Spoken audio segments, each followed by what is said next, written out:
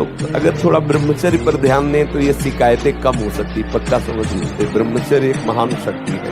ब्रह्मचर्य से भयानक रोग स्थिति में भी आप लड़ सकते हैं। अब मतलब बहुत बड़ा पावर है, जिसे आप खिलवाड़ समझते हैं वो बहुत बड़ा पावर है। निश्चय क्यों नहीं कर रहा तू? तेरे निश्चय की कमी के कारण ये आशा की फांसी बनी हुई है। प्राण त्याग सकता हूं पर एक कदम अधर्म भूल न दे कुमार नहीं। मन अब नहीं शरीर नष्ट कर दूंगा, धर्म नहीं नष्ट करूंगा। हम कहते हैं आप ब्रह्मचर्य रह के देखो और नाम जप करो, बड़ी बड़ी विपत्तियों को रौंद के न निकल जाओ। तो हमसे बताओ, ब्रह्मचर्य वो पावर है जो आपकी सोच को पॉजिटिव करता है। अगर हम आज दहाड़ रहे हैं तो भगवान की शरण में और ब्रह्मचर्य से हैं, उससे हम दहाड़ रहे हैं। जो ब्रह्मचर्य रहता है उसे शरीर बल, मनोबल, बुद्धि बल, वचन बल, ये सब जागृत हो जाता है। वचन बल जो बोला वही लागू हो गया, जबरदस्ती आपको मानना पड़ेगा। और मनोबल जो संकल्प किया अंदर वही बाहर क्रिया प्रारंभ हो गई, वही दिखाई देने लगा। देह बल, रात दिन मेहनत करो फिर भी थकान नहीं।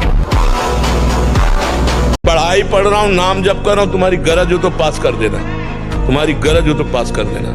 जहां रखोगे जैसे रहोगे वैसे रहूंगा, आपको पुकारता रहूंगा, आपका स्मरण करता रहूंगा, माया पर विजय प्राप्त हो जाएगी।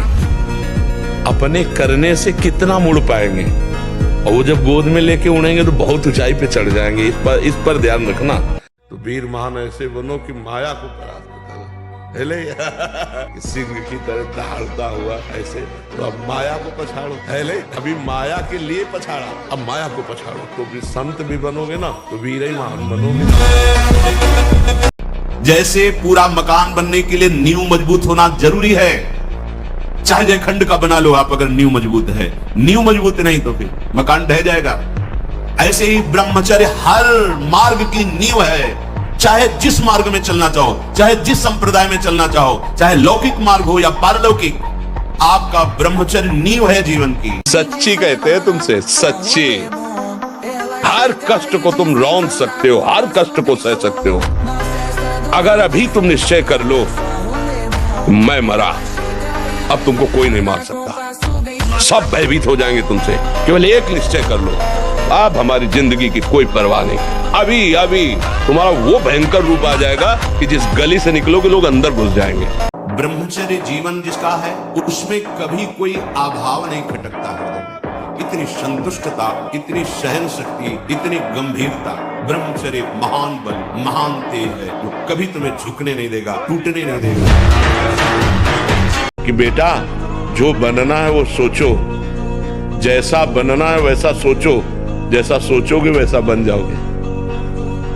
बस हम संतों की बात पकड़े थे, बड़े बड़े महापुरुषों की बातों को डायरी में अपने लिख लेते, तो बार बार रोज पाठ की तरह जैसा बनना है वैसा सोचो, जैसा सोचोगे वैसा बन जाओगे।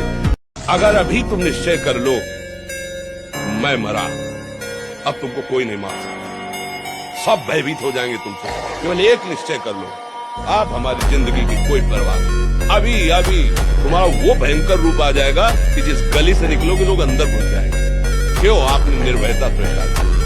संसार के भोगों में सुख है, ये धारणा जब तक नहीं मिटेगी तब तक संसार के भोग हमें आकर्षित करेंगे और वो क्रियाएं बनेंगी। ये संसार दुखालय भगवान ने कहा है, इसमें सुखों की लेबिल लगा के दुख बिकता है। इसलिए मन में प्रमाद मत लाओ, इंद्रियां बहिर्मुख मत रखो। मन के द्वारा जिसका भगवान नाम जप होता है, शरीर के द्वारा जिसकी भगवत सेवा होती है, वो निश्चित भगवत प्राप्त होगा। पानी से ही बुझाएं प्यास को। सोडा वाटर, लेमन या ठंडे पेय पदार्थ जो शीशियों में आते हैं, ये ब्रह्मचर्य, संयमी, भगवत मार्ग, ये सब चीजें ले भाई। आपको अमृत पान करना है, राधा नाम सुधार समृद्धि। बहुत सावधान।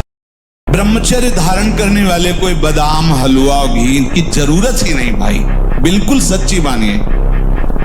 जैसे तप्त भूमि में पैर कैसे पड़ता है, ऐसी बिजली रहती है ब्रह्मचारी। और घबराना नहीं कभी। किस बात के लिए घबरा रहे हो? तुम्हारा क्या चला जाएगा जो तुम घबरा रहे हो?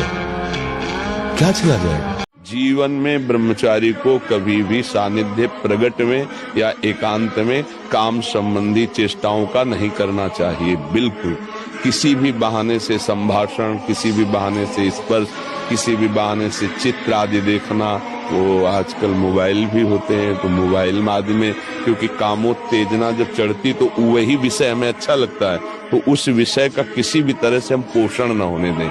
ये पक्की जीवन की बात समझ ले। अगर ब्रह्मचर्य रहना है तो विपरीत आकर्षण जो हो रहा है उससे हमें दूरी बना के रहना। अगर तनिक भी सिद्धि कोई दिखाए तो गिर ही जाएगा, वो भ्रष्ट ही हो जाएगा। और जब ब्रह्मचर्य रहा जाता है तो उसको सुविधा माया देती है ब्रह्मचर्य नष्ट करने की। जो ब्रह्मचारी नहीं वो एक दिनचर्या नहीं चला सकता। पक्का पक्का पक्का राइट टाइम उठना, राइट टाइम की दिनचर्या केवल ब्रह्मचर्य से चल सकती, दूसरा कोई उपाय नहीं। हमें और जोश आना चाहिए। आप जीवन में कभी असफल नहीं होंगे। रात दिन पढ़ाई करो, ब्रह्मचर्य से रहो, भगवान का नाम जप करो, माता पिता की आराधना करो। कौन सी उन्नति जो तुम्हारे चरण न चूम ले। जैसी परिस्थिति तुम्हारी है प्रभु तुम्हारे योग्य रचकर भेजा, निकलो उससे न राग करो न द्वेष करो। वो तुम्हें उठाने के लिए परिस्थिति रची गई है प्रभु के द्वारा। यथा लाभ जैसे प्रभु ने आपकी व्यवस्था की ठीक आपके लायक है, आप उसमें न राग करो और न द्वेष करो, निकलो उससे ऊपर निकलो। इसलिए कहते डरना नहीं, अन्य आश्रय लेना नहीं और राधा राधा भूलना नहीं, विजय श्री चरण चूम लेगी।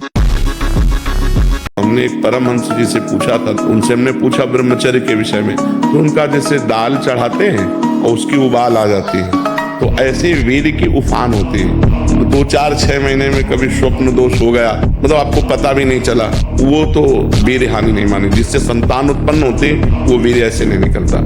अब हस्त मैथुन के द्वारा, गंदे मोबाइल के दृश्य देखने के द्वारा, गंदी बातों का चिंतन करने के द्वारा अपनी नस नाड़ियों को शिथिल कर लिया।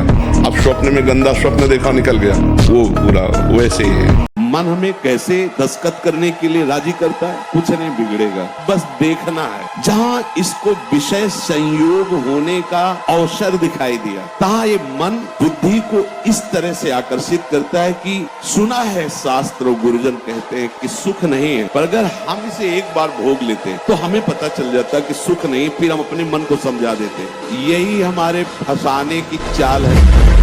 जीवन एक पशुवत आचरण वाला हो जाता है और वो अपने को बड़ा सुखी समझने लगते हैं कि हमारे पास बड़ा वैभव है। लेकिन प्यारे, उस दिन को याद करो जिस दिन तुम्हारा आखिरी समय होगा। ना तुम्हारा फार्म हाउस जाएगा, ना महल तुम्हारा जाएगा, ना बैंक बैलेंस जाएगा, ना कोई व्यक्ति और ना ये शरीर। अब तुम्हारे कर्म तुमको भोगवाएंगे। उस समय की कौन याद करता है? अगर उस समय की याद हो तो भय लग जाए कि नहीं पाप नहीं करूंगा, क्योंकि जाना है यहाँ से। अच्छा, कब जाना कुछ पता ले, किसी भी समय ट्रांसफर हो सकता है इस शरीर से। तो हमें लगता है धर्म पूर्वक जीवन जीना चाहिए। क्यों परेशान है? क्योंकि आंतरिक जो शक्ति सपोर्ट करने वाली। अब मन जिस विचार में फंसा देता है, बिना मतलब फंसाए, कोई भय नहीं, वो भय दे रहा है। कोई शोक का कारण नहीं, वो शोक दे रहा है, चिंता दे रहा है। किसी भी कार्य को करो, इतना संशय पैदा कर रहा है, पता नहीं काम सफल होगा कि नहीं सफल होगा, कहीं ऐसा तो नहीं हो जाएगा, कहीं ऐसा तो, वो अशांत रखता है। और जब ब्रह्मचर्य, ऐसा कैसे हो सकता है? हमारा बाहर कोई दुश्मन नहीं है, बाहर कोई मित्र नहीं है, यही सबसे बड़ा दुश्मन और सबसे बड़ा मित्र। देखो, बहुत सही ढंग से हम चल रहे हैं समाज में, राधे राधे, और 1 मिनट इस बेईमान के कहे में लग गए और कोई गलत आचरण कर दिया, सब मिट्टी में मिला दी। है ना भारी दुश्मन? पूरे जीवन की कमाई 1 मिनट में कमाई। दहाड़ना सीखो, हर कष्ट को गले लगाना सीखो, हर संघर्ष को रौंदना सीखो। अरे बिल्ली कुत्ते की तरह रो करके मर जाना, ये मनुष्य जन्म नहीं। उन्होंने कहा मेरी बात सुनो, जितने दिव्य ऋषि देवता अंतरिक्ष के दैवी शक्तियां सब प्रकट होके सुनो। पिता के लिए मैं आजीवन ब्रह्मचारी रहूंगा, कभी किसी स्त्री को स्वीकार ही नहीं करूंगा, ना राज सिंहासन में बैठूंगा, ना कभी ब्याह करूंगा, ना कभी ब्रह्मचर्य तोड़ूंगा। भीष्म प्रतिज्ञा इसी है। लड़ना पड़ेगा। हम कायर नहीं हैं, परमात्मा के अंश हैं, हम शरीर नहीं हैं, हम अविनाशी हैं। अविनाशी का बच्चा अविनाशी। मौज से जियो, मस्ती से जियो, सिंह की तरह दहाड़ के जियो, एक गीदड़ों की तरह जीना छोड़ो। हे रोना धोना, ये दुख वो, ये तब तक बना रहेगा जब तक तुम भगवान से नहीं जुड़ते। और भगवान से जुड़े तो ताड़ ठोक कर माया को परास्त कर दोगे और निकल जाओगे इस माया से। इसलिए खूब नाम जप, पाप कर्म करोगे तो फिर फंस जाओ। बहुत मीठा प्रलोभन जहर मीठा माया देती, बहुत मीठा, अच्छे अपने हाथ से गला काट लें ऐसा है इसका प्रलोभन। ब्रह्मचर्य ये सनातन धर्म का लक्ष्य, सत्य, दया, तपस्या, शौच, तितिक्षा, उचित अनुचित का विचार, मन का संयम, इंद्रियों का संयम, और 9वां अहिंसा, और 10वां ब्रह्मचर्य। मन के गुलाम, इंद्रियों के गुलाम, स्वेच्छाचारी भोगों की दुर्दशा में पड़ा हुआ मनुष्य है आज। असंयमी मनुष्य का मन और मस्तिष्क, ध्यान से सुन लीजिए, असंयमी जो अपनी इंद्रियों मन को मनमानी लगाए हुए है, उसका मन और मस्तिष्क और हृदय सड़ा देते हैं, जीवन को सड़ा देते हैं।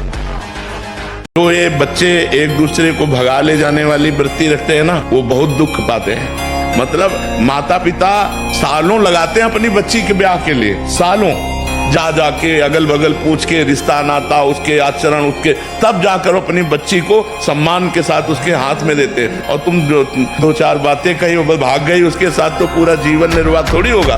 तो वो कैसा व्यक्ति स्वभाव वाला है, देखो प्रेजेंट का स्वभाव अलग होता है, लेकिन हमारा एकांतिक जीवन कैसा है, हमारा पर्सनल जीवन कैसा है। तो जब आप किसी के पर्सनल जीवन में घुसेंगे तो आप खतरा पाएंगे।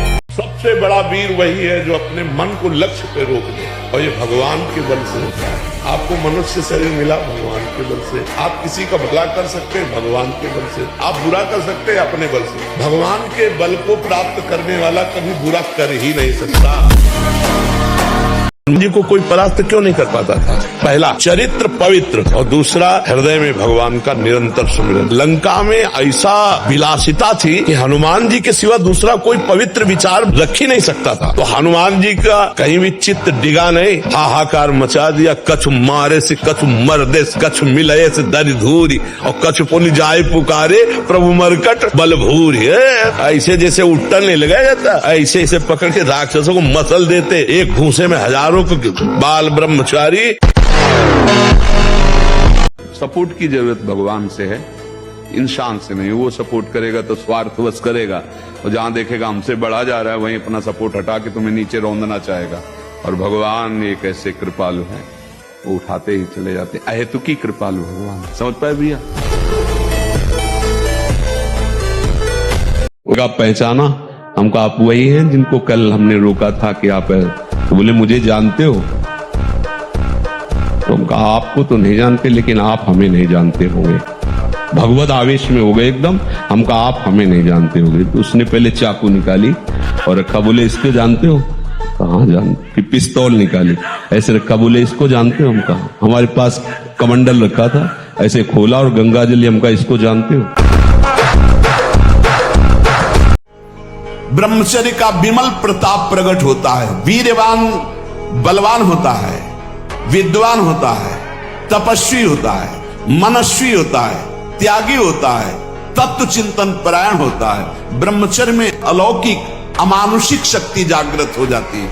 अमानुषिक ऐसा कैसे हो सकता है? हो सकता है क्योंकि ब्रह्मचर्य है, क्योंकि भगवत मार्ग का पथिक है।